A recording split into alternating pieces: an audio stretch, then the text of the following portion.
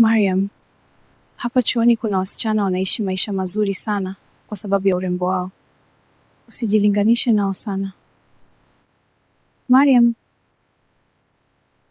nami natamani sana maisha kama yao. Naona wanayafurahia sana maisha. Sio sahihi sana rafiki yangu kuishi maisha ya watu wengine. Maisha haya yananichosha. Mimi ni mrembo, sitakiwi kuishi maisha kama haya.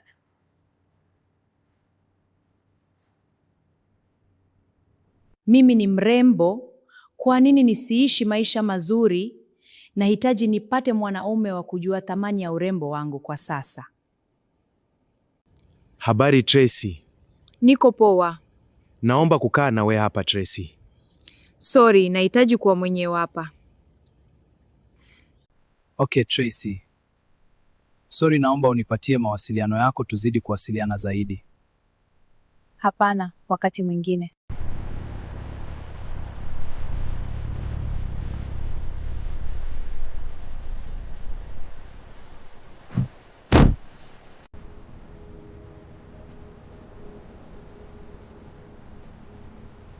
Habari mrembo.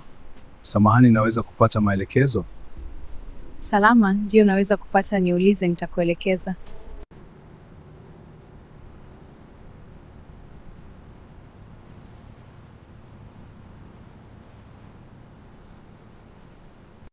Tracy, wewe ni mrembo. Napenda kuwa na ukaribu na msichana kama wewe unayejitambua. Asante Eric, wewe ni mtu maalum hapa chuoni. Nimefurahi kuzungumza nawe. Tracy, mimi naomba nikuage sasa, tuonane wakati mwingine.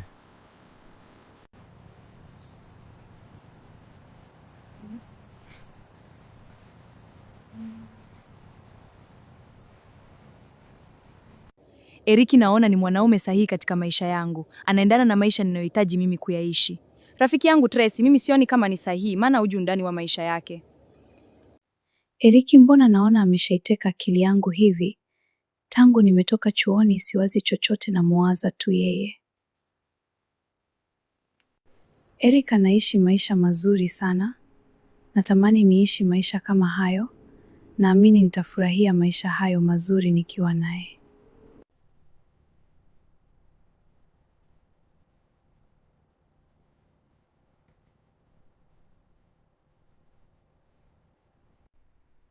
Nijibu vipi huu mwaliko wa Dina alionipa Eric?